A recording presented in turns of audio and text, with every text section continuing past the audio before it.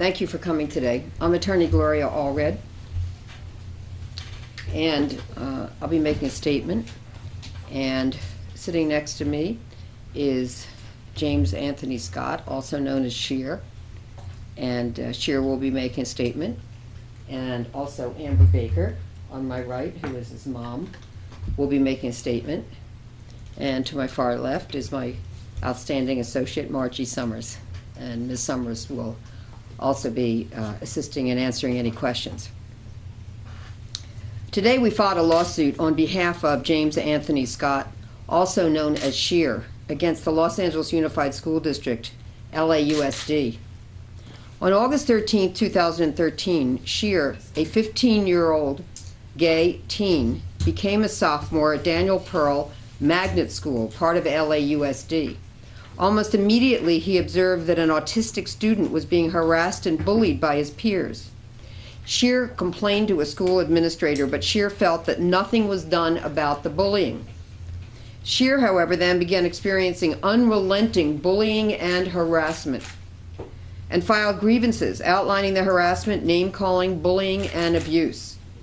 The students directed epithets, slurs, and name-calling at Shear, such as hermaphrodite, tranny, tran, the N-word, and faggot. An administrator refused to investigate the harassment and told Shear that he should just let it run off your back. By late October 2013, the bullying and harassment of Shear had escalated significantly. Shear made another report regarding the harassment to which both he and the autistic student were being subjected. The situation continued to worsen. As Shear walked the halls during class and throughout the day, he would hear the students' hurtful name-calling intensify. Hermaphrodite, tranny, transvestite, faggot. An administrator dismissed plaintiff's grievances with, "This is an open environment. There is no hatred." Shear's mother repeatedly called and emailed the school with minimal response as Shear was coming home very upset and distraught, couldn't sleep, and was unable to focus throughout the day. She told the administrator that Shear was being threatened and nothing was being done despite her continued requests to protect her son. Later that month, students started physically poking Shear, pulling his hair, spitting on him, and were intentionally tripping him as well, and continuing with the name-calling, the threats, and the bullying directed at him. The situation had escalated to an untenable degree.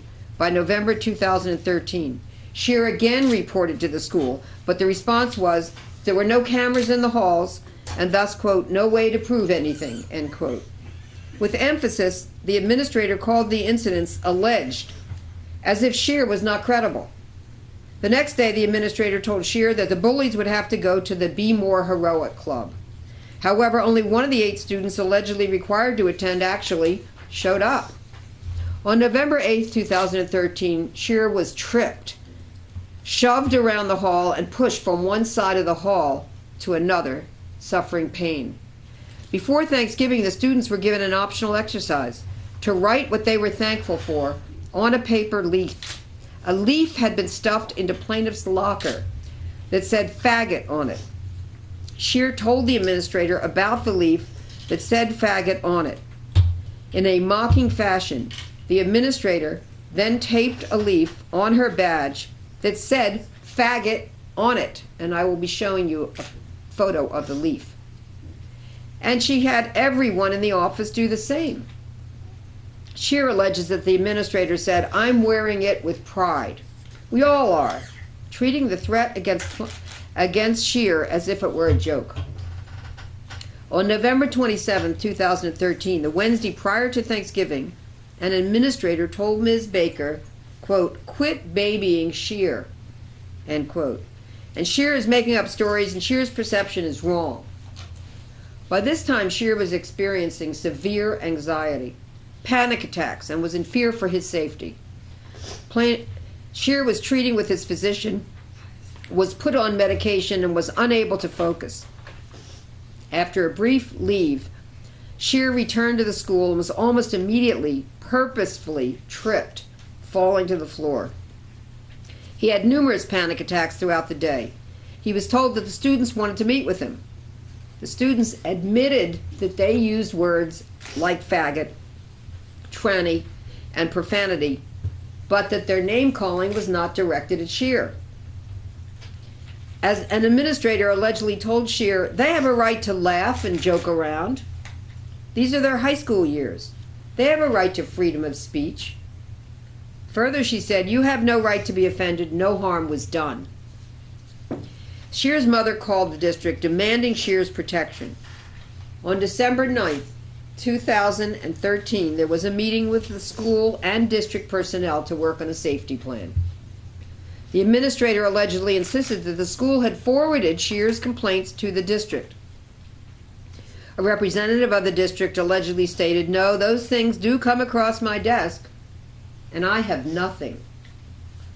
Also in December 2013, Shear found a threatening note, which I will show you, in his locker that said, "Get out, faggot, or die." Final exams were the week of December 16, 2013. Shear was still extremely upset, as only after the district was called did the school comply with the agreement, finally giving him a separate room where he could take his exams. This offered no relief, however, as the security guard was not present as was prescribed, and students came by banging on the door, scaring him and disrupting his concentration.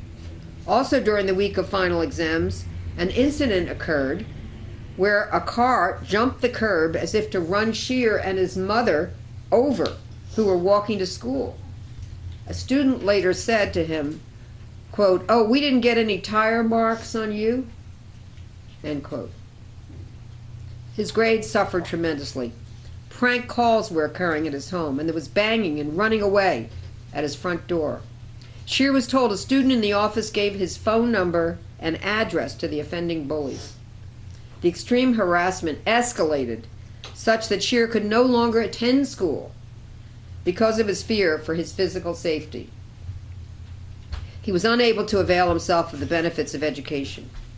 As of January of this year, Shear transferred to the Opportunities for Learning School in Studio City, where he is succeeding, but is still feeling the emotional debilitation and repercussions from the treatment he was subjected to at Daniel Pearl Magnet School. As a result of LAUSD's failure to protect Shear, we have filed a lawsuit today against the school district, and we will provide the case number to you. We allege that Shear has been discriminated against on account of his sexual orientation, that he's been harassed because of it, that LAUSD was negligent in their duty to protect Shear and ensure his safety, despite numerous complaints by Shear of egregious bullying and harassment because of his sexual orientation. And we are seeking damages according to proof at trial. Shear was very brave to stand up to other students who were bullying an autistic child, and we're very proud of him and his courage in doing that. As a result of his heroism, however, Shear became the victim of bullying. Shear then continued to do the right thing by reporting the bullying he suffered because he is gay to the authorities in charge at his school. Unfortunately, however, those adults to whom he reported his bullying not only failed to do what was necessary to stop the bullying, but they also appeared to make fun of it by wearing copies of the leaf that says faggot. What Shear suffered was no joke, and the word faggot on the leaf in his locker was directed at him to hurt him, not to make him feel pride in being gay. When Shear saw administrators wearing copies of that leaf at school, he did not feel pride. Instead, he felt further humiliated. We hope that our lawsuit will result in LAUSD improving their policies and practices so that they effectively protect students from bullying in their schools. This Sunday is the Christopher Street Gay and Lesbian Pride Parade in West Hollywood. Shear and his mom, Amber, will be riding in it with me in my car. We expect that Shear will be welcomed as a hero for standing up against discrimination, and we look forward to asserting and vindicating Shear's rights in a court of law.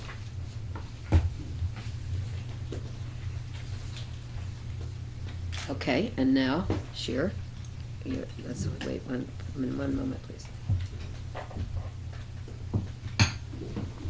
let's move over in front of the microphones.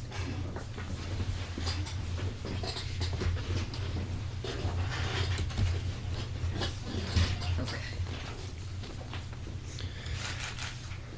In August of 2013, I began attending LAUSD's Daniel Pearl Magnet High School, dedicated to and named after the inspirational journalist who was abducted and murdered. I expected to work hard and get a good education. Instead, I was afraid to go to school every day, worried about what would happen next. I was bullied, harassed, and physically assaulted by a group of students who were unrelenting with name-calling, such as tranny and faggot. I reported to the principal numerous times and made many reports. But I felt like I was put down, ignored, and at times even mocked by the LAUSD administrators and personnel. The students continued, and it got worse. I was spit on, I was shoved, and tripped. This has been horrible for me. I feel like I wasn't protected and was constantly going to school, scared all day long. I feel betrayed and upset a lot of the time now. I have nightmares, have an upset stomach a lot, and I have to take medication and see a therapist to help me feel strong again. School should be a safe place where you can learn and focus, not a place where a teenager should be afraid to go. I am not ashamed of being gay, and I think I have a right to be protected from being called hurtful names because of it. I don't want any other child to have to suffer the way that I have. Thank you. Thank you. So, let me just move these over a little bit. Okay.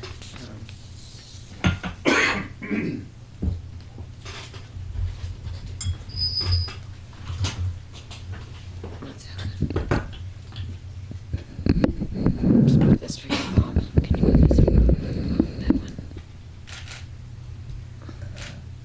Let's move back a little. Okay.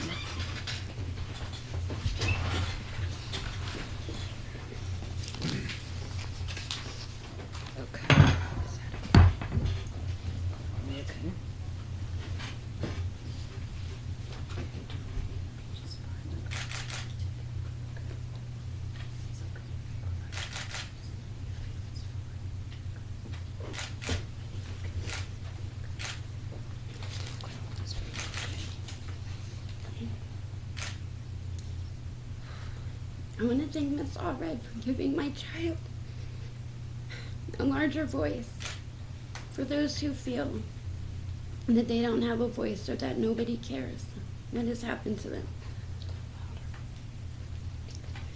This has been a very lonely time for Shear and I.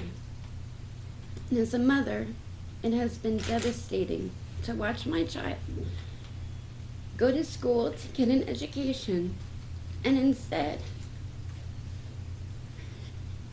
get humiliated, becoming scared, fearful, and very sad. And when is enough enough? How many bullied children need to suffer? There are rules in place to protect our children, but they are not being followed and do not protect our children from being bullied.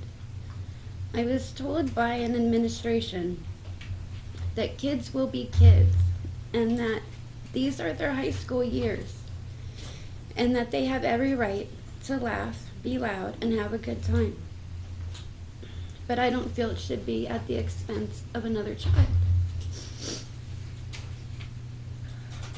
Bullying hurts and words hurt also. As parents, we need to teach our children to help and to be kind to those who they perceive as different. And I want to tell my child, I'm so proud of you. We're never giving up. And for teaching me and showing me the real meaning of love and acceptance. And I love you.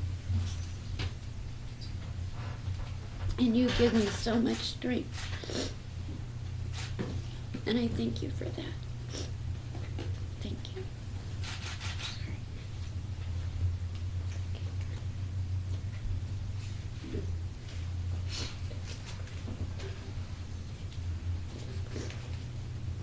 And before we take questions, I'd like to show you what.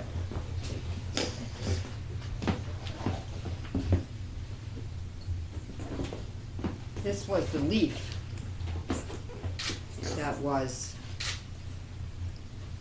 the copy of the leaf that was found in Shear's locker, inserted through the hole in the locker, and that was taken to the administration. And this is what certain administrators were wearing then on their clothing after Shear provided it to them. Also,